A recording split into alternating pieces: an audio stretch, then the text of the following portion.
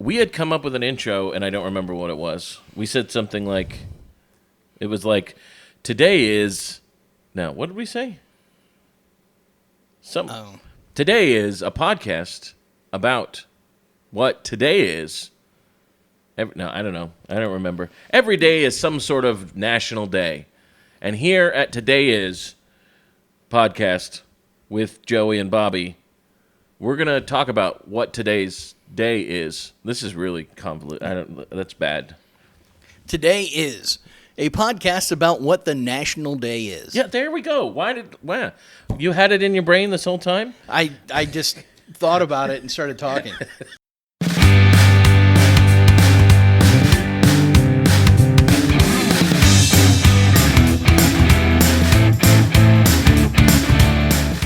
Hi, I'm Joey Nickel. And I'm Bobby Parker. Yeah, that's something we should do every time. Yeah. I don't think we've ever done that before. No, probably not. We are learning as we're going. Yeah. Well, today is the podcast about today is, and today's day is Evaluate Your Life Day. Wow. Yeah. That's a big one. Yeah, this is a big one. This is a serious one. Very serious. We just had a hurricane come through, which, I mean, I had to evaluate my life. We have to, yeah, well, I mean, the insurance company did. So Yeah. we had to evaluate a lot of things going into this. Before we get going on our main topic today, I want to talk a little bit about one of our past episodes. Oh, yeah. So you and I both had separate instances where there was controversy with National Taco Day. Yes. So I brought it up, which, by the way, I completely forgot that on every Friday, a bunch of comics get together and eat tacos. We completely forgot to mention that. I don't know. Have you been to the Taco Friday? I've not been to Taco Friday. You haven't been to Taco Friday? I didn't even know about Taco Friday. You didn't know about Taco Friday? No. All right. Well, you need to come sometime. I don't know. You're probably always working, but at lunchtime we go eat tacos. Yeah. There's a place called One Night Taco Stand in Mandarin. Yeah. One Night Taco Stand in Mandarin. Every Friday at like 1 o'clock we go and eat tacos. Well, not every Friday. Spike is there every Friday because he's retired and has nothing to do. Right. And he thinks that the shout out to Spike for being there. He just is there every Friday, and then some of us just show up and eat tacos with him. And while I was there eating tacos, right, somebody brought up that National Taco Day was actually the Tuesday before we said it was. And I was very shocked to hear this because National Taco Day has been October 11th since 1942. I made up that. That's not true. I made that up. But it's been a long time. Right. It's been National Taco Day for a long time. And in fact, the first introduction of National Taco Day was a long time ago, like in the 1960s. It was somebody in Texas, a congressman from Texas, sat before Congress and tried to introduce National Taco Day. They didn't do anything. Congress didn't care. But so there is no actual national holiday. Like it's not on the. It's not like we still have mail on National Taco Day, but it's been around for a long time. But it's been October 11th for quite a while. Right. And I'm going to take just a little tangent here. I prefer Congress talk about National Taco Day more than they do anything else because it costs me less money. Yes. Let's talk about national. Yes. I don't know why Congress, this is not the first thing on their docket every time they meet. Like, when should we celebrate National Taco Day? Right. And honestly, if Congress just met and talked about tacos all day, every day, and didn't do anything else, it would probably be better. Yeah, that's probably true. We'd probably just get more done. Like, people would just stop, like, having to listen to Congress, I guess, probably. I don't know. We'll see. Do people listen to them now?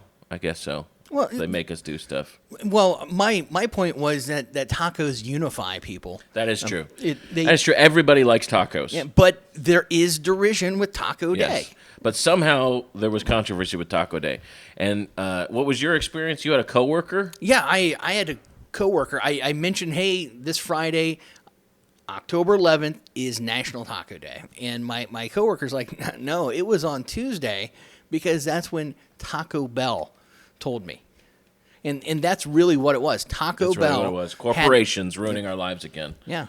Corporations. And here's the thing. I looked it up. So I did a little research. By the way, if you Google National Taco Day, which is what happened, I think. Yeah, that's what happened in my situation. Is Spike Googled it and said, hey, it says it was Tuesday. But if you Google it, the answer Google gives you also shows you an image, and the image says October 11th on it. Yes. So this year, though, Taco Bell decided they were going to switch things up because they wanted to capitalize on Taco Tuesday. And now if you look it up, it's Taco Bell partnered with some website. That the website is not necessarily an official thing. Like it's just Taco Bell and a website decided they were going to celebrate it on Tuesday. Yeah. It's really what it is. It's Big Taco. Yeah. Going against the will of the people. Yes. And just going all willy-nilly, not even caring what the non-binding resolution that was never passed by Congress says. Yes, they're not even showing any respect to the creator of National Taco Day. Random Texas Congress guy. Julio Taco. Yeah. Was that racist? No, not at all. It would be racist if I saw a Mexican person and called him to Julio Taco. That would be racist. That would most likely. If I was at a Mexican restaurant and I said, "Hey, Julio Taco, get over here. Give me some more tacos." That could be frowned upon by polite society. Fair to say. But here's the thing. I am a staunch believer that the true National Taco Day is October 11th and will always be October 11th, and it is not a day-restricted holiday like Labor Day. It is October 11th. However, I will admit that the only reason it is October 11th is because Del Taco wanted it to be October 11th. I think we're getting the day wrong now. What? Now we are? Yeah, because October 11th, I'm looking at that was September 27th. September 27th. Yeah. Yeah, sorry. I said the wrong day. Wait, no, that's right. No, we got it right. No, now I'm confused. I don't have you're the only one with a phone here. Yeah. Let me see here. Now this is how stupid we are. We didn't even bother to look up the actual day of Taco Tuesday or National Taco Day. National Taco Day. Before we started this conversation. National Tuesday. So on here, it was October 4th. That's right. October 4th, right. October 11th was this past week. That was You Go Girl Day. You Go Girl Day. Which, of course, it always should be celebrated on October 11th. So, that being said, I am a staunch believer absolutely that Taco Day should be October 4th. Always October 4th. Always October 4th. And the only reason it was made October 4th is because that's the day Del Taco wanted to have it. Yeah. So Del Taco invented Taco Tuesday, by the way. Did you know that? I did not know that. We didn't even talk about the history of Taco Day at all. No. In our last podcast. We were so hungry and so worried about eating, that's what we focused on. But Del Taco invented Taco Tuesday. And then Taco Bell also wanted to call it Taco Tuesday, and so they started using it, and Del Taco sued them. And then the court decided they had to take it all the way to the Supreme Court, and they decided that it was okay for Taco Bell to say Taco Tuesday, because you can't trademark a day of the week. Wow. Yeah. I bet TGI Friday is very upset about that. Yeah, I know. And Ruby Tuesday. Yeah. We're going to have to see how that goes. So somebody could come up with a restaurant called Diamond Tuesday. Ooh, yeah. Which is like, we're a little better than Ruby Tuesday. They're so much better. Diamond Tuesday, and then Ruby Tuesday can't do anything about it because you can't copyright a day of the week. Right, but could you imagine the attack ads? It's like Blood Diamond. Yeah, exactly. You're going to go have some Blood Diamond wings. Yeah, I'm starting that restaurant. I'm going to call it Blood Diamond Tuesday. I like that. I think I'm going to go with Thank God It's Saturday. Yeah. TGI Saturday? Yeah. Yeah. It doesn't have the same ring. It doesn't have the same ring. No, that because we all know it as TGI Friday. So you did some shows this weekend. I did. I was at First Coast Comedy, which is an improv place out in Jacksonville, Mayport area. And they had their first ever First Coast Comedy Festival. And how long was the festival? So like 3 days? It was supposed to be 3 days. The hurricane probably messed some things up. Hurricane messed it up. So I was scheduled to start. I was the opening act on Thursday. The first person to perform at the First Coast Comedy Festival. Yeah. And the show was canceled. That sucks. On Thursday.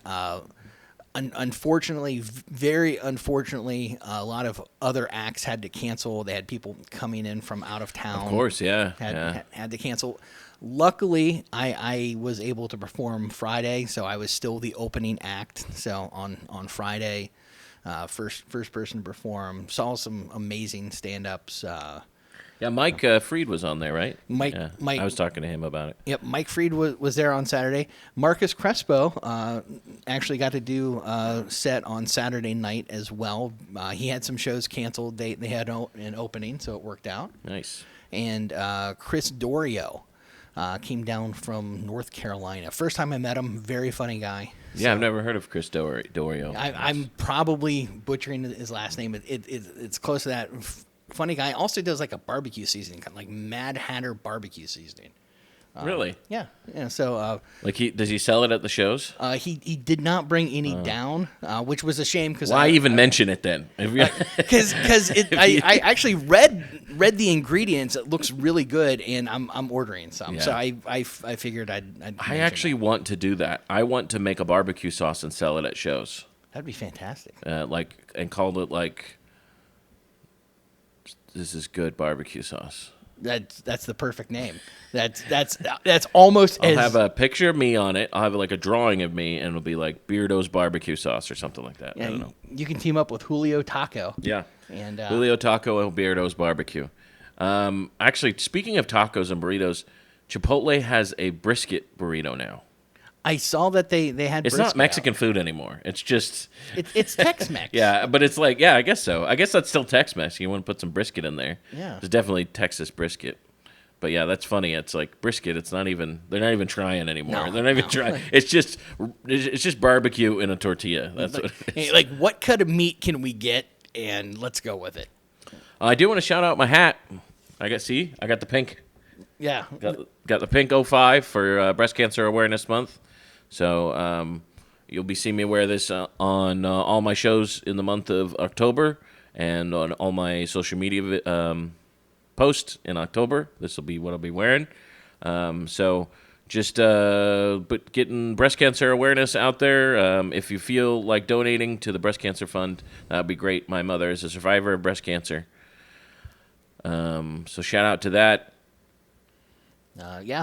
Please, if you can, it's a wonderful cause. I know some people don't like the phrase "save the tatas." That's out there. Just reminds me of tater tots. Yeah, so I don't. but really, and I'm not saying that to diminish demean. We just want to help. We want to help. It's a wonderful cause. So that was your big weekend. Did you go to more than one show there? You performed at one, but did you attend the others too? I performed at one and then watched the other ones. That's fun. What was cool? Probably the one most awesome thing for me, the show that I performed. It was the first time my 11-year-old son saw me do stand-up live. Oh, nice. Yes. Oh, so kids could be there. Kids could be there. Oh, nice. Okay. First Coast, what they do, their early shows are always all ages. Oh, nice. All right. So they do mostly improv, but if they do have stand-up, and first show is always all ages unless it's very explicitly stated. Yeah. Most of the time, anybody younger than 10 is probably not going to get a lot of it. Yeah. Just because. But my 11-year-old got to see me. He liked it. Oh, nice. Oh, well, that's a lot of fun. That's a great first experience. That's great. Yes. Yeah. My kids have seen me do stand-up, but not like, I don't think they've ever come to like a show. Because I did stand-up at home when we did during the pandemic. Right, yes. I did those shows in my bedroom, and the kids loved it. And in fact, sometimes the youngest kid is like, when are we going to do that again? Like, remember when you did it here? Like I'll leave for a show, but like, why can't you just do it here like you did during the pandemic? So they've never been to a show. Well, I don't think so, at least. I don't think any of them have been to one of my shows. I will say that my oldest son has a favorite comic, and it's not me. Yeah. It sucks, but yes, that does happen. All my kids actually are big Dusty Slay fans. My son, that's his favorite Really? as well. Big Dusty Slay fans, and he's a friend of mine. He's a very good friend of mine. I work with him a lot. And so it is funny that I'll be, I'll say, hey, I'm going to go work with Dusty Slay this weekend. And my oldest son's like, hey, can you get my hat autographed while you're there? I've told my son that you've worked with Dusty and know him. Yeah. And I don't think he really believes me yet. Yeah, I've worked with him for years, or I've known him for years. I started working with him recently. I've done like maybe 3 shows with him. I had a great weekend with him out in Panama City. Right. We had some great shows out there. Really fun weekend. This was a while ago. This was like maybe February or March, something like that. I'd love to work with him again, so I've sent him a couple texts. Haven't heard anything because he's super famous now. Yes.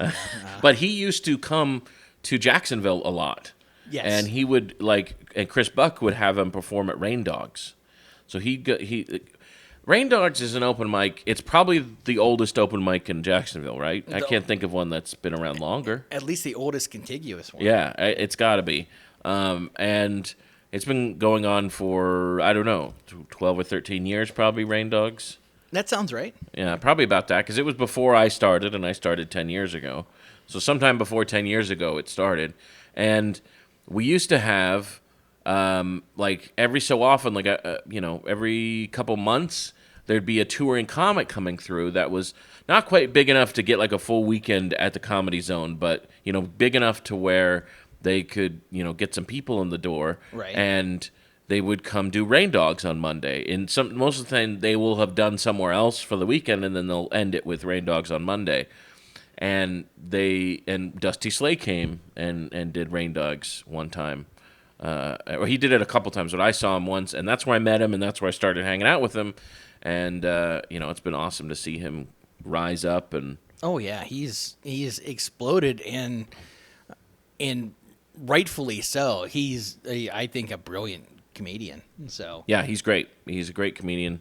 My kids love him. We listen to the podcast. Yes. Yeah, I will say. So I listen to the podcast with the kids because it's one of the few podcasts I can listen to in the car. Absolutely. With the kids.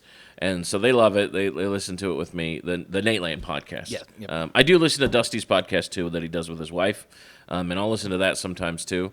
But my kids really like the Nate Lane podcast. Yes. And Dusty has a very distinct voice, so you know when he's talking, and they're very familiar with it. Well, I had just finished performing with him at the Improv in Orlando, which is now called the Funny Bone. Right. So it was the Improv at the time. I just finished performing with him, and I was driving him. He was in the car, and we were driving from the venue to the hotel. Okay. And I was pulling up to give my ticket to the parking guy, because the Improv had paid parking, but they give you a ticket at the club, so you don't have to pay for it. Right. I'm going through the parking, and Dusty's talking in the back of the car, and I instinctively went to turn down the radio before I pulled up, because Dusty was talking. I was like, I better turn down the nice radio so I can hear this guy. And I just thought that, it was just hearing Dusty's voice made me think I was listening to a podcast. So yeah, there you go. That is awesome. That's super cool. I've got to hang out with some notable comedians before, but not like perform and then like go do stuff. It was more like, hey, I'm gonna drive you around because I'm trying to break into this. I know, I've done that a couple times too. Yeah, I've definitely done that a couple times. So this weekend I had a couple shows. So first of all, I want to say that there was a hurricane that came through. It didn't really hit us that bad. It actually really didn't hit us at all. We just got a bunch of rain and wind. Right. Did your power go out at all? No. Neither did mine. My power didn't go out. I know Tampa and South Florida got hit pretty hard. Yes, So there are a lot of terrible things happened over there. But we did not get hit that hard. And it was talked up. Like people were worried. So they canceled school for the whole rest of the week. So Wednesday, Thursday, Friday canceled. Monday was already canceled because it was a teacher work day. So 6 days straight of no school for my kids. So what do? They immediately abandoned me. My wife gets in the car with her mom and all the kids, and they just go up to Virginia. So they leave Tuesday night. So starting Tuesday night, I'm alone in the house. Wow. Until now, I haven't seen them yet. They're just now getting home. Oh, my. So I haven't seen them for 6 days. So they leave, and I didn't leave the house for 48 hours. Once I got home on Tuesday from my show, I didn't leave the house again until Thursday when I had another show. Right. Because, the hurricane was coming, and I just stayed home. I ate mostly peanut butter tortillas. Was my main source of food during this. Because I had bought all this food that didn't need refrigerated. Because I was afraid the power was going to go out. I was like, I don't want to be stuck here for hours without the ability to eat food. So I got Makes sense. Peanut butter and tortillas and just stuff that I knew would be fine without being refrigerated. And I just ate peanut butter tortillas almost the whole time. I had a couple other things. I ate some mini tacos. Yeah, well, from the freezer since once I'd found out the power wasn't going to go out. I've got a question that I think America needs to know: crunchy or smooth? Oh, at first I thought you were going to talk about the tortilla itself. Oh no. I was like, soft tortilla. Soft tortilla, smooth peanut butter. Smooth peanut butter, and specifically Peter Pan honey roasted peanut butter. If you guys want to sponsor the show, Peter Pan honey roasted peanut butter, the best peanut butter in my opinion. And I just made these. I mean, I don't even have to explain it. They're self-explanatory when I say peanut butter tortillas. There's nothing to explain there. Yeah, it sounds fantastic. I prefer the chunky peanut butter. Oh, you do? I like chunky peanut butter. I do. No, and I say I prefer. I like all peanut butter, but I prefer the chunky. I'll eat chunky peanut butter. I don't think the kids like it, so we just never end up buying it. I like chunky peanut butter, but I prefer smooth. Right. I prefer smooth peanut butter. And I did not clean anything until about 2 hours ago. I just stacked up plates after plate after plate. Just everything's just piled around me. And cans on the table just stacked up all around me. And then just an opening for me to sit at for 6 days. That's how it was in my house. I've lived like that before. I would not have left the house if I didn't have shows. Like, I had a show Thursday. I had in Orange Park, and then Friday I weaseled my way on to Greg Morton's show. Now, Greg Morton is a stand-up comic, really funny guy, really good guy, was a finalist on America's Got Talent, and I wanted to meet him and be on the show. Now, this week, because my family went out of town, I started posting like crazy on social media. I did a post every day, some sort of video every day, which I'm going to try to keep up. He started following me, Greg Morton. Nice. Apropos of nothing. Never met the guy. He didn't know I was going to try to be on the show. He didn't know I was wanted to meet him or anything like that. Or he might have known I'd lived in Jacksonville. Maybe not, though. I have no idea. Right. But he started following me because of the toys that I post about. And he's a big toy guy, big kind of nerdy guy. And then interacted, we talked, commented about stuff, and I tagged him in a couple things. We had this great interaction.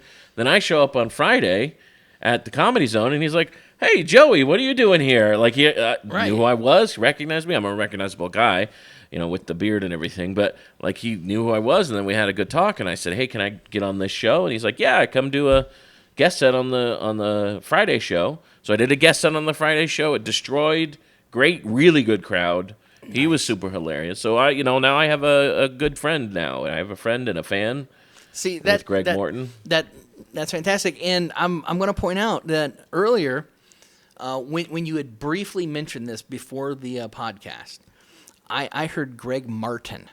Oh, no, Morton. Yeah, Morton. So Greg Morton, yes, I'm very aware of who he is. Yes. I said earlier, I'm like, I don't know who that is, but I heard Martin, and that is my fault. Greg Morton. Greg Morton is amazing. Yeah, he's great. That is awesome. You know what's funny is I think he got the raw deal on America's Got Talent because they didn't want him to do stand-up. They wanted him to just do the impressions because I guess they just thought that was unique, which is true. Right. But I think his stand-up's better than his impressions.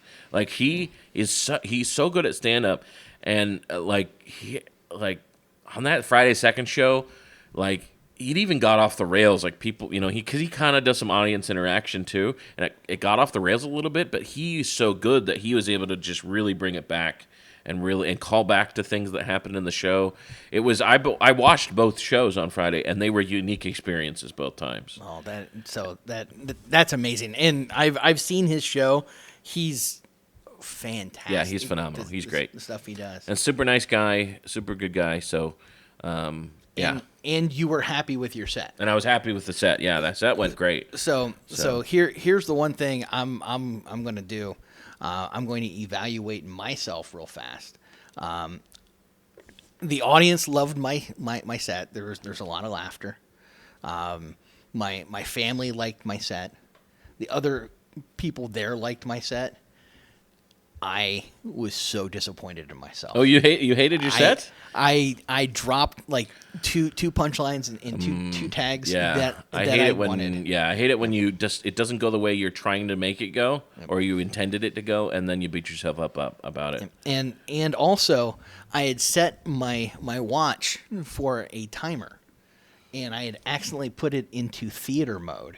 So what does that mean? So I didn't know. It's like dark? Is that what it is? So it was dark, but also the timer never went off. So, because it was in theater mode. So okay. so I was playing around in doing a little bit of crowd work, little improv stuff that I don't usually do during shows. Mm-hmm. But I was having fun, and I'm like, I think I'm going over, and I'm looking at my watch, and I'm like, Oh, you went way over? Yeah, I was like 5 minutes over, which isn't.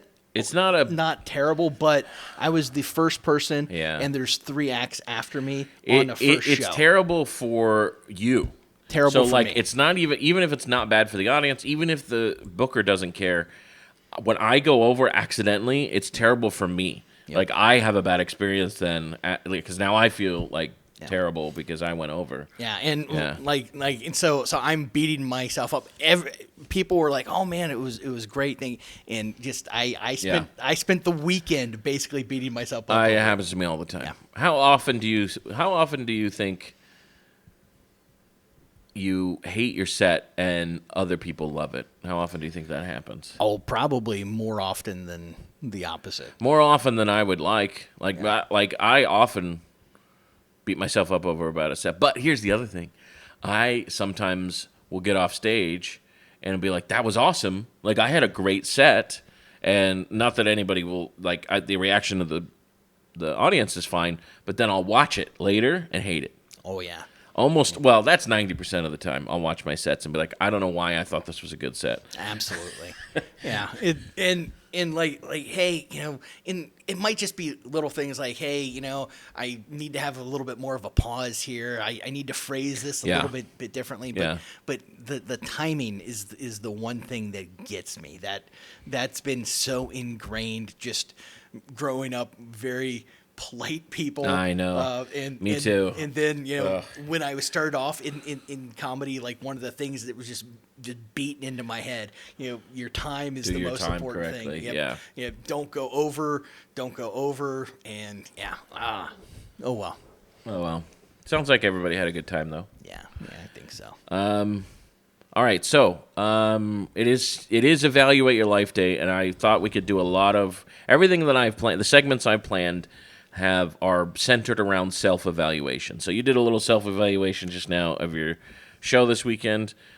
I'm going to play the first time I did stand up at the Comedy Zone. Oh, I'm so into this. Now, to put now you were not there. I was not. This is a couple years you had before taken I a break. You had taken a break. You had taken a break from comedy. You had taken a break from comedy. What if we talked like that the whole time? We'd probably get more views. People would just watch us to hate us if we talked like that the whole time. We'd watch a lifetime. We'd be like the fat, funny versions of the Island Boys. Yes. Just people just deriding us the entire time. All right, so this is the first time doing. Now, to a little background about the Comedy Zone is they had the comedy class, which is what you did. Right. That's what everybody did at the time to get into the Comedy Zone. That's how you got passed at the Comedy Zone. Is you took the class, then you had a graduation show. I mean, it was just a way for them to get a bunch of money because all your friends came to the graduation show. Right. That was the biggest crowd. If you did the graduation show, that would be the biggest crowd you would perform at for at least the next 5 years, and it would be a disappointment every show after that. Like it's crazy. It was like a sold out size show because everybody's friends are there because there's like 6 or 7 graduates at a time. And it's the first time most people are performing, and it's at a club. Yes, exactly. Now they make you do 6 weeks, 8 weeks, something like that. It's changed so many. They make you do like 6 weeks, like they make you do a couple months of weekly comedy classes, right? So that does help you get. I'm not a big fan of comedy classes in general. I mean that's fine. I don't want to say that. I am not a big fan of the way a lot of comedy classes are run. Yes. I'm not against comedy classes because like if you don't know anything. You know, if you have no idea, like me, I didn't know anything about how to get into comedy. Right. And I took the comedy classes. That's how I met everybody. But the comedy classes, you did this 8-week course, and then you got to go up every week in front of all the other comics, which was great but also terrible because it's like comics are terrible audience members. Yes, yeah. It's like an open mic with just comedians, bright lights. Yes, comedians who are all more experienced than you. Right. So which is great because then you get to work on your act, and they're like, that's a terrible joke. Don't do that one, or this one's good, or work on this one.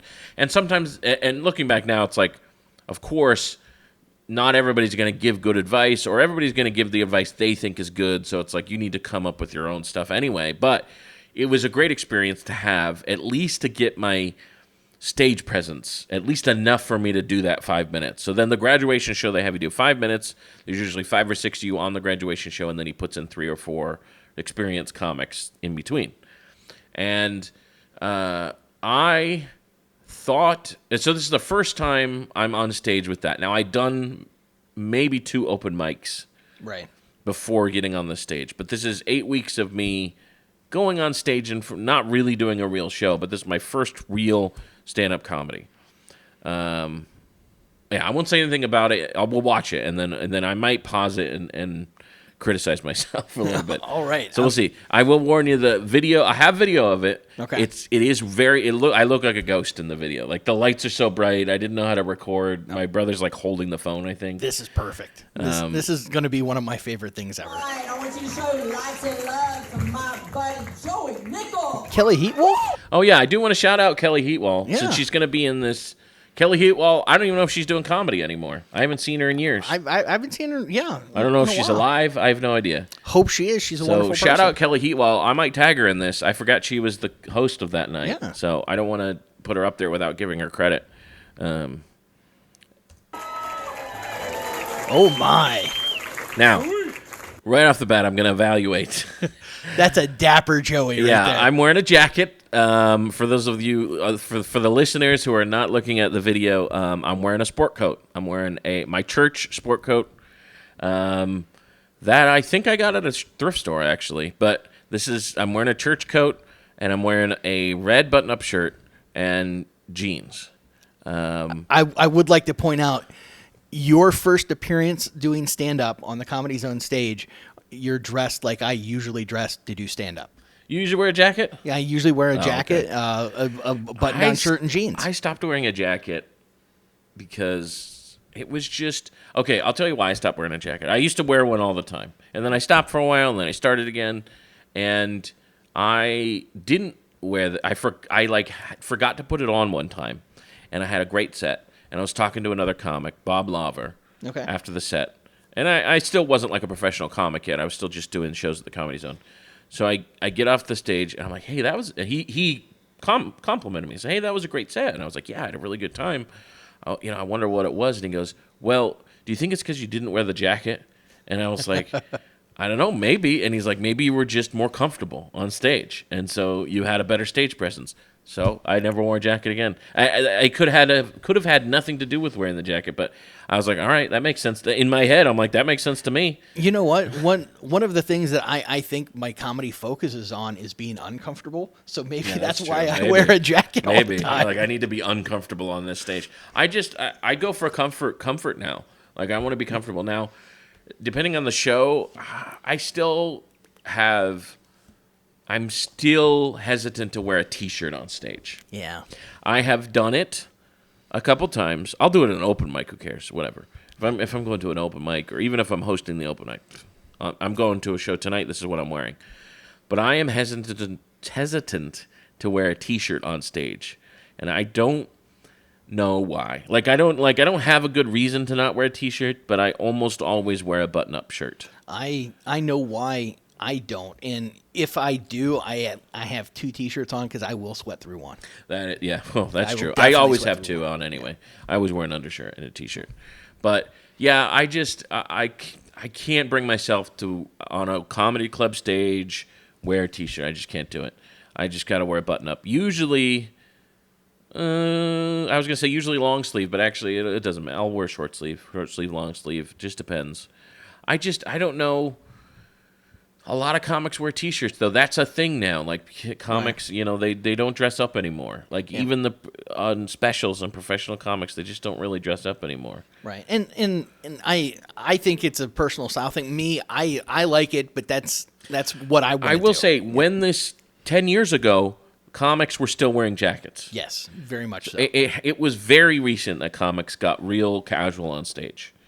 10 years ago, a lot of headliners I would see come through the Comedy Zone were still wearing jackets. Yep. And then it just really dropped off in the last few years. Yeah. A lot less jackets, a lot more tattoos. Oh, also, we should point out, my face looks completely different. Oh, yeah. You have a goatee. I have a goatee, which I'll probably never have again. Actually, technically, is it a goatee or a Van Dyke? Do you have the mustache? I have the mustache. Okay, it's a Van Dyke. I have the whole thing. I have the Van Dyke, and I've got no hat and no glasses. Now, the glasses, that was at a time in my life when I could not afford to get a new pair of glasses, and the old ones had broken. And so when I started comedy, for the first year or 2 of doing comedy, I did not wear glasses, only because I thought I couldn't afford them. And then I found out that the glasses aren't that expensive. and I got glasses. Because I didn't have vision insurance at the time. Because I didn't have my job at Apple anymore at this time. So I didn't have vision insurance. And I was like, I'm not going to pay for that. But yeah, that's the only reason I wasn't wearing glasses. So I'm pretty much what you expected, right? When you heard the name Joey Nickel. Big hairy Italian guy. Joey Nickel, he's a friend of ours. What you might not expect, though, is... Somehow it sounded Russian. I don't know why. Did you... somehow I didn't, get the Brooklyn accent. I actually got Brooklyn accent. You did? Okay. I to did. me, I'm I think because I know I can do it better. By the way, I was super nervous. I was my chest was pounding during this. And you can see I sway back and forth during this. And I still move on stage sometimes involuntarily, but this was pretty bad. That's not a joke. All right, I do want a trigger warning. We don't use the term Mormon anymore, by the way. Oh, it's Latter-day Saint? Or? Yeah, it's the Church of Jesus Christ of Latter-day Saints. Okay. That's the name of our church. We're trying not to use the term Mormon. This was 10 years ago. Nobody get mad at me. We're trying not to use the term Mormon anymore. I use Mormon a lot in my first set. It was a lot about that. When I left my white shirt and bicycle helmet at home, but I assure you I'm Mormon. When I tell people I'm Mormon, they usually say "Oh, you don't look like a Mormon." I'm not sure what that means. I don't know if I should be offended by that. Maybe there's something that they're expecting somebody with blonde hair and blue eyes. Maybe somebody that looks like Mitt Romney. I look more like I ate Mitt Romney. With a nice tomato sauce. I was so proud of saying tomatoes. I was I thought it would be hilarious to say, with a nice tomato sauce. And I did, first of all, I delivered it terribly. It was a tag that nobody even heard. And it got nothing on the tag. For some reason, that part, I remember being proud of saying, with a nice tomato sauce. And I was like, I don't even know. I was really trying to lean into every Italian stereotype I could during this set. I thought that was my way. I thought that was going to be that was my character for the first year I did stand up. Nice. As a Mormon, we don't partake of any harmful activities. alcohol or drugs or voting Democrat. By the way, I'm a registered Democrat. Basically the stuff you guys are doing tonight. By the way, voting Democrat got an applause break just now. I just realized that. I don't think I remembered that. Right? Am I crazy? I think there's a little applause.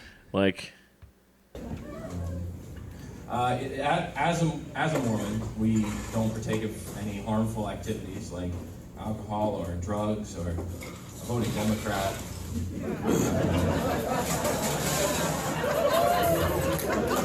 Okay, yeah. it got like a rolling laughter with an applause break. Yeah. That's crazy to me. Because it is a harmful activity. That's a good joke. So I'm going to put it out there. I'm a registered Democrat. I'm a registered libertarian.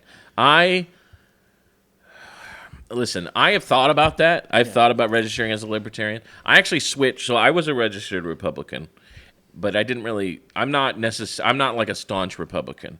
I never was like. There are certain things I never got into with the Republican Party, and I was always kind of keeping it for keeping a party affiliation for Primary voting. primary voting. Ditto. And then Florida changed the rules so that anybody can primary vote. Only for the party. No, well, we just voted on that. I thought we voted on that. I don't think so. Because as a libertarian, I went to vote primaries and I got to vote for like 2 judges. Oh, yeah. And my wife got to vote for everybody. Well, anyway, I switched to Democrat during the election so that I could vote in the Democrat primary. Yeah. So that's when I switched, was so that I could vote in the Democrat primary when it was Bernie Sanders and our current president, Joe Biden, and everybody. That's when I switched. And when I switched, I immediately got contacted by the Clay County Democrats because there are only 6 of them in Clay County, and they immediately contacted me and was like, "Hey, you guys, you want to come volunteer?" And I'm like, you could be our chapter president. Honestly, like it's just been Bob for like 6 years. So so they were happy to have somebody else. Like I'm just here for the fringe benefits. Yeah, I don't want to do any responsibility. Now, to be fair, I hate everybody. Oh yeah. So I hate all the parties. I think both the Democrats and the Republicans are both. There's a lot of terrible things about all parties, but this is what we have to work with at this point. Yeah. I just want to put that out there in case anybody in the comments is like, "I can't believe you're a Democrat. I'm going to stop listening to your show." Well, first start listening to our show and then stop listening to our show. You're going to have to listen to us to become offended at something. Yeah. Yeah. But I just think it's so funny that I said that joke and I'm currently a registered Democrat. I mean, 10 years, a lot of things can happen. 10 years later. 10 years later. But it's so funny that got that, like, I don't know. It's so funny because 2016 like changed everything. I tried that joke again after 2016. No laughter. Like everybody hated that joke. Like there were so many things I had to drop from the act after 2016. You know what? I think it would kill right now. I might try it now. See how it goes. Hit it tonight. I might try it at the open mic. Obviously, you can tell by the way I look, they didn't say anything about cannolis. But, yeah, I actually... Don't know why. I still felt like I need to throw Italians under the bus with that one. By the way, I just realized I still have that joke. Not the cannolis, but I still tell a version of that joke today, and I didn't even realize that it was on my first set. It doesn't sound like that. I don't say cannolis. I'm eating some cannolis. I don't know... I can't believe nobody talked me out of this at the Comedy Zone. They probably encouraged it, honestly. There was probably somebody encouraging this. Oh, absolutely there was. We love train wrecks. The white shirt and bicycle helmet thing. I did that for 2 years. They're called Mormon missionaries. And they're actually, we call each other elders, but we're 19-year-old Mormon boys. So I don't know where, that doesn't quite work out. But, we did the... That certainly wasn't a joke at all. Like there was no, there was no joke in there. Like there was no punchline. I was just like rambling at that point.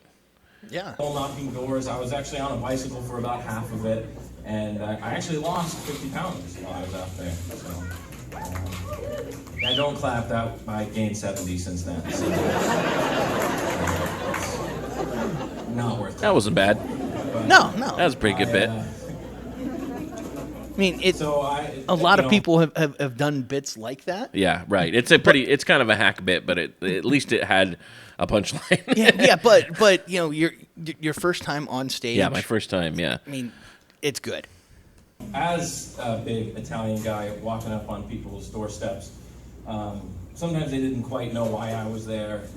It's always two of us too, so it can seem a little threatening. I'll just paint a picture for you here. So I walk up to your door. Just imagine I'm walking up to your door. How you doing? My name is Elder Nickel. Somebody in the audience knocked. Did you hear that? I did. I didn't know where that came from. That was weird. I thought you knocked on the table here. No, that somebody in the audience just knocked to help me with that. They're like, I need to help them out. We need to do a door knock. We need to do some Foley work back here. Why? This is professional. Yeah. Like I hired somebody to do sound effects for this bit or something. But I knocked on the microphone like that. So that was I don't know. This is my companion, Elder Smith. We hear you owe a very large debt to a friend of ours. His name is Jesus. He's actually our boss. Do you mind if we come in and have a sit down? And so that's basically what it was like. And I've seen it all. People trying to get me off of that doorstep, pretending like you're not. Just a cameo of my brother coughing. That's what that was. Nice. Okay. Because he's recording it. Home and they always thought it was really original to show up and answer the door naked. We got that a few times, and it was always some like big, fat, hairy, somebody that looks like me. And I get that stepping out of the shower, so I don't really see that in public.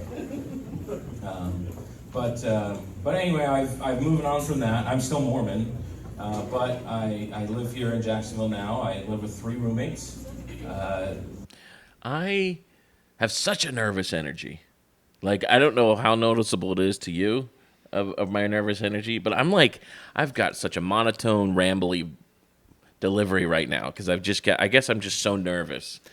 So this is very hard to watch, by the way. This is like excruciating for me to watch this right now. Having seen you do a lot of stand-up over the last year, 2 years, I've known you longer than that, but I've seen a lot of your stand-up over the last year or two. Yeah.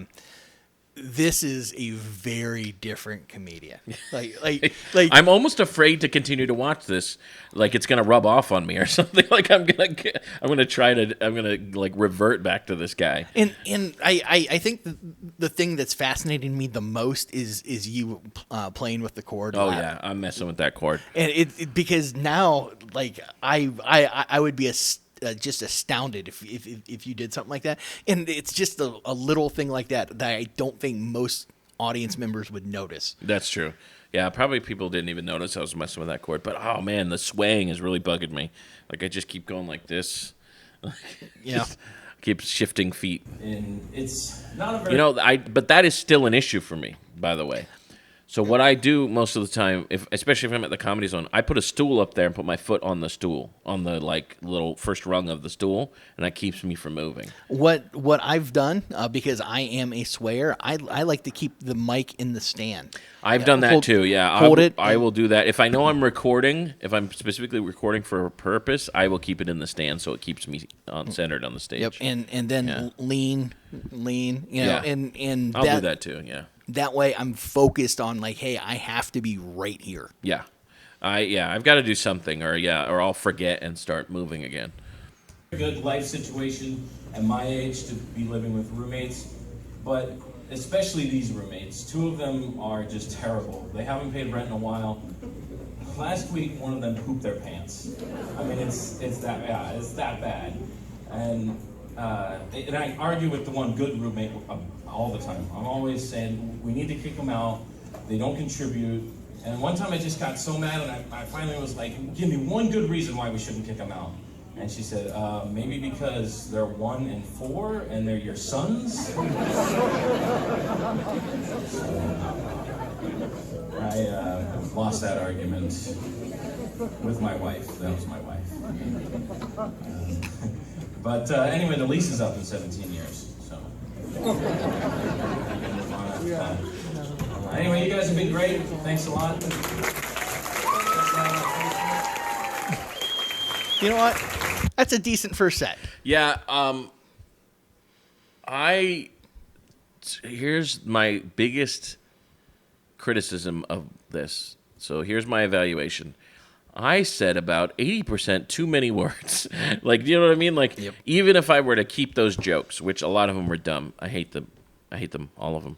But if I were to keep those jokes, there's like, I said so many words. Like, like there was so much time in between punches. And I just was like talking. I felt real rambly. You know what I mean? Absolutely. Yeah, that was rough. But I will say, you know, you've come a long way in 10 years, and you started off with a good first set. Like I know that is nothing compared to what you do now. You are a fantastic stand-up. I'm gonna try to do this set again. Like I want to like recreate this set with the same jokes sometime. Maybe I'll do that this Wednesday. I'm at the Comedy Zone Wednesday, by the way. I will be. Are you there? On Wednesday. Are you performing Wednesday? Yeah. Okay. We'll be at the Comedy Zone. Wait, this is coming out Friday or something. Thursday or Friday. So we were at the Comedy Zone on Wednesday. So we'll. Yeah. It went great, actually. My set at the Comedy Zone this past Wednesday was great. It was killer. Mine rocked. Yeah. Standing ovations. Mm-hmm. Somebody just gave me money afterwards because it was so good. Yeah, absolutely. I did pull up an old notebook of mine because I was not able to find a clip, and reminded me of a joke that I used to have that I don't do anymore. It was an opening bit, and I would come out on stage, usually with a jacket on, be like, hey, you know, my name is Bobby Parker. You know, I look. You know, I dress like a college professor. You know, I've got patches on the sleeves. You know, kind of cool. But like, I'm not a college professor. I wish I had like cool credentials like that. You know, I wish I could be somebody cool. Like, and I would usually use like my friends' names if they were in the audience. Like, I wish I could be like Joey Nickel, MD, or you know, my other friend Kyle Brown, DDS, or you know, I could be Bobby Parker, GED, you know, and that was the big joke. I have a GED, yeah, you know, and I'm a college graduate, and and then I added an even better tag on there. They're like, hey, maybe if I did that, you wouldn't think of me as Bobby Parker, FAT. Because I think I've heard this bit. Yeah. Wait, do you still do it? No. I haven't done it in a while. I think I heard this bit a while ago. It was a pretty standard opener for me a long time ago. Yeah. And that's not bad. That's pretty good, actually. It's the not, FAT is good. Yeah. It's not bad. It's not great by any stretch of the imagination. That's not bad. All right. We have a segment we want to do before it gets... We're at about 53 minutes right now on our podcast, and we want to keep this to around an hour. We're going to try to keep this around an hour. And we got such a great response from the segment where we did like the newlywed type game segment where I sent a survey to your wife, and then my wife, and then she sent me the answers, and my wife sent you a survey answers, and I think what I'm going to call it is my husband says. No. Wait, what? No, what did I say? What did I text you? What would your husband say is? Oh. What would your husband say is, or what would your husband say? That's the name of our segment. What would your husband say?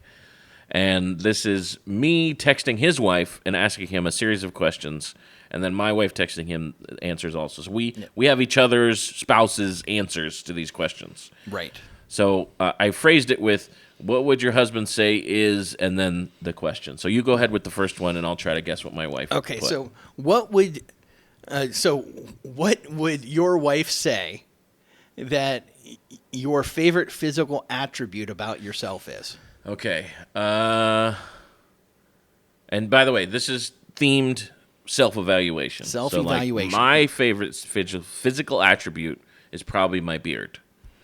You got that 100%. Is that what 100% beard. Yeah. Yep. I thought she would put that. All right. So same question. What would your wife say you would say your favorite physical attribute is? So this is a tough one. I'm going to say probably my hair, because I talk about me actually having hair as opposed to most people in my family. That is correct. Yes. Yeah. Yes. She put good hair coverage. And that is the punchline. Yeah. Good hair coverage. All right. So I guess I'll do the next one. Okay. I'll start with the next one. What would you say is your least favorite physical attribute? Oh my! Wow. The rest of it. Absolutely, the rest of it. That is tough. I'm gonna go with my knees because they are always hurting. That is not what she put.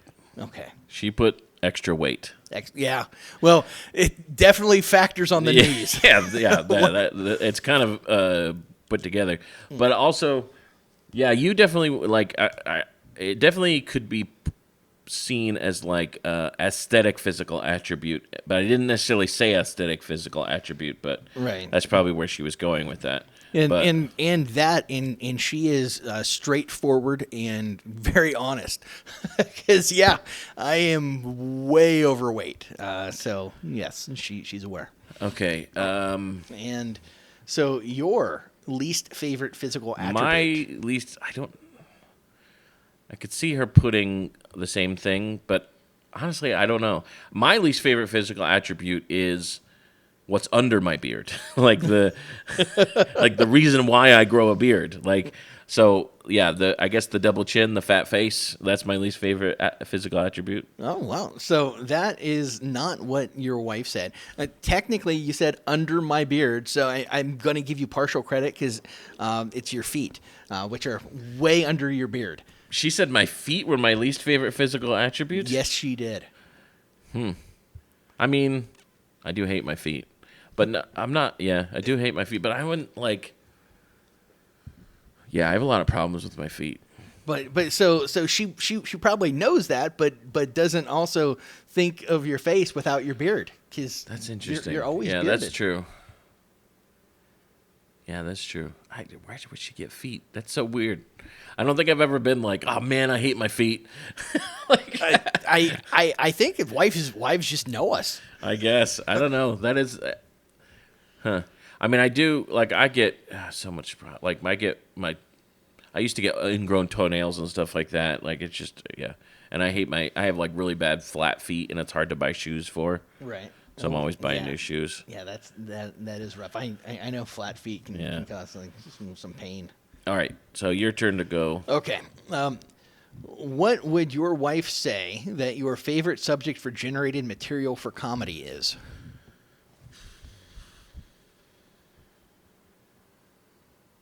Probably my kids, my family. Yes, you got that 100% kids. Yeah, that's probably right. Yeah, probably my kids are my favorite thing to generate.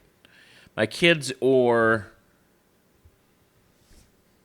I mean, I do talk about being fat a lot, but yeah, probably my kids. Yeah, that's probably my favorite thing to write jokes about. All right, same question. What is your favorite thing to write jokes about?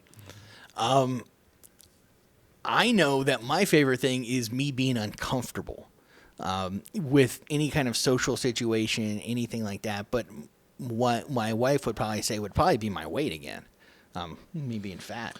I feel like this might be partial credit. Okay. She says self-deprecating.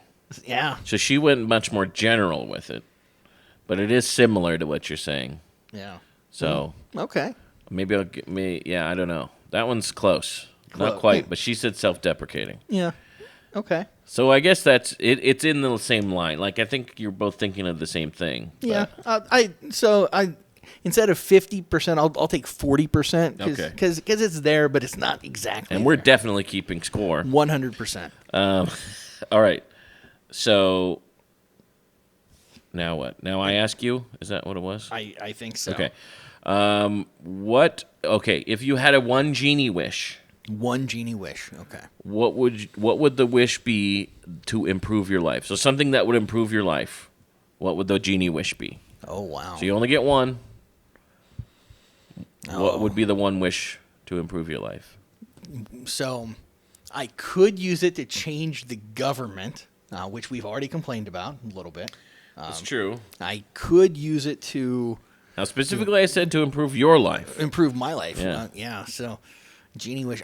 This is self-evaluation. I think I would have to go with money, just because I would be able to focus on doing comedy full time. I could make sure my wife and kids are taken care of. Making sure the wife and kids are taken care of is the most important thing. You're exactly right. That's what she put. Nice. She said lots of money so he can quit his job and do comedy and be my sugar daddy.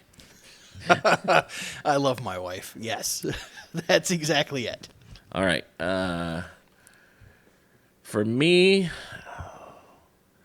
I'll tell you what my real answer is, and I'll tell you what I think she put. Okay.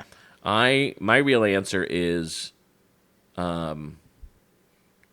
sorry, there was a fly. Yeah, there's a little fruit fly. My real answer is I actually would not, if a genie came and said, you get one wish, I don't think I would necessarily wish for money. Huh. I think I would wish for to be famous enough to be a successful comedian. Okay. Like something to make me famous. It's a little more abstract, I guess. Right. But something to make more famous. I think my wife put money, though. Your wife definitely put money. Yeah. Yeah. Yeah. Which, honestly, that would be a hard decision if I were like, because part of me is like, if I just get the money, part of me in the back of my mind would always be like, all right, but I'm not like I'm not doing I'm not getting the money because I'm talented kind of thing. It's like right, but also and here's my it would give me room though. That's true. It gives you room to focus on just doing stand up. Yeah, that's true. Just doing stand up, and I'm going to go a step further because it's evaluate your life day. I had something written down, and it's a short one.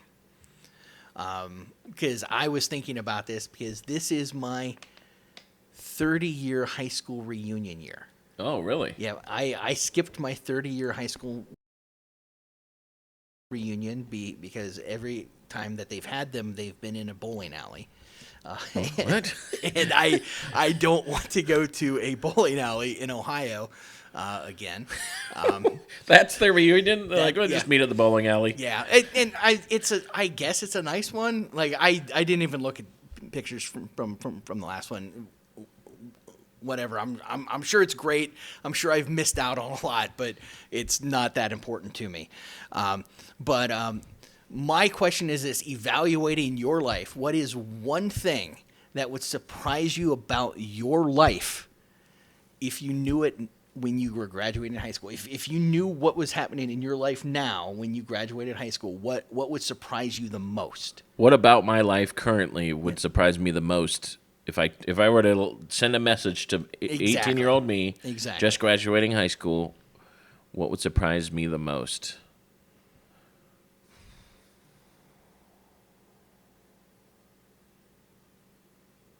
What would surprise me the most would probably be that I was not an NBA player. No, I'm just kidding. What if that I was not in the NBA? At 18, I really thought I was going to be in the NBA. I wasn't even on the high school basketball team, but no. That was because they didn't know what they were losing out on. Yeah. I would say if I were to tell my 18-year-old self, hey, by the way, in the future, you are not going to be working in the film industry, I think would surprise me the most. Boy, that is a hard question. It's a very difficult. That is a very difficult. Well, okay, so what's your answer? Yeah, and I've had a lot of time to think about this. So I honestly, if I were to tell myself, by the way, you're going to be 300 pounds, probably wouldn't surprise me. Yeah. If I were to tell myself you're going to have 3 kids, wouldn't surprise me.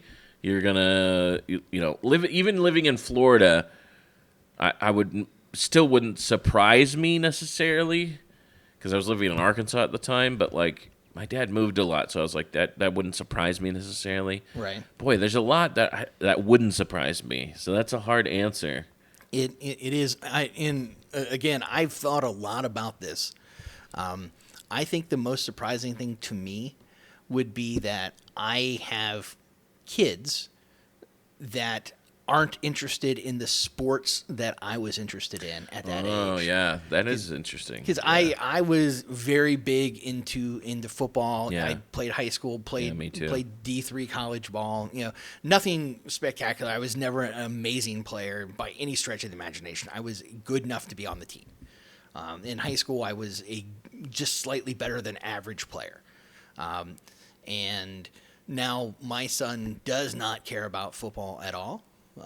And I'm pretty okay with it. Yeah, that's true. That is an interesting thing too. That probably would surprise me too, like because my kids aren't interested in sports either, and I would played so much sports, that is kind of it. Yeah, that might surprise me to find out. That's interesting. Yeah, it just because you do when you're in high school and you're playing football, you just assume one day you're gonna have a son that's also gonna play football.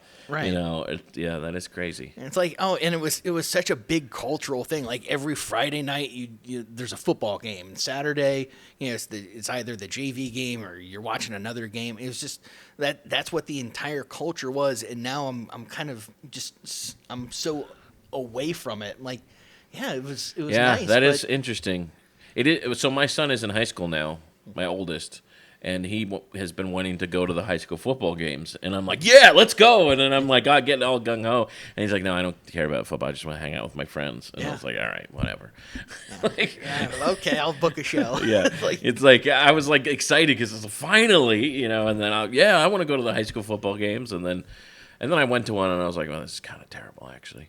Well, it also was really hot. It was early in the season, so it's like I'm just drenched in sweat and stuff at the game. But yeah, that is interesting that my kids aren't interested in something that was such a big part of my life. Right. I didn't think about that. I think I know the answer, though. My answer. Okay. I think I would. I don't know if surprised is the right word. I would be the most relieved to hear that my wife is better looking than me and makes more money than me. Actually, I might be surprised at the money part that my wife makes more money than I do and is more successful at her job than I am. I think that might be the most surprising thing for me to hear would be that my wife is more successful than I am. But also would be the most relieving thing to know that I have a good wife that has a good job and is that is attractive. Oh yeah. I love being married. I don't think I would be surprised that I was married. I think I'd be surprised that I wouldn't be surprised that I was married. I think I would be surprised that I had kids, because I grew up as an only child. And really? I didn't know, like I didn't have a lot of close cousins. The people who lived in my neighborhood were all my age or older, so I didn't have a lot of interaction with a lot of younger people. Actually, I probably would be surprised to hear I only had 3 kids. Yeah. Because I think I always thought I was going to have like 4 or 5 kids, probably. But once I had 3, I was like, that's enough. We're done. Yeah. I don't want any more of those. I get that. They are wonderful, but wonder only goes so far. All right. Well, we've talked about a lot today. Yeah. We've had a lot. I have really enjoyed. We have, I think, 15 listeners. 15. I think we have 15 people that regularly listen. Yeah. I don't know about the YouTube numbers. I have to look at YouTube, but those aren't being kept track of the same place, so I need to look at the YouTube numbers. But like and follow us. Today is podcast on all of the platforms. Today is podcast on YouTube. Today is podcast on Instagram. We haven't posted anything yet, but we will. We will. We have plans to. Yeah, I'm bad at that, but I also wanted stuff to catalog first. So. Yeah, me too. I wanted to get a good catalog of clips that we can start posting. But today is Evaluate Your Life Day. We would encourage you to, after you listen to this podcast, evaluate your life and see where you're at and see where you want to go. I'm Joey Nickel. I'm Bobby Parker. And see you tomorrow. Bye-bye.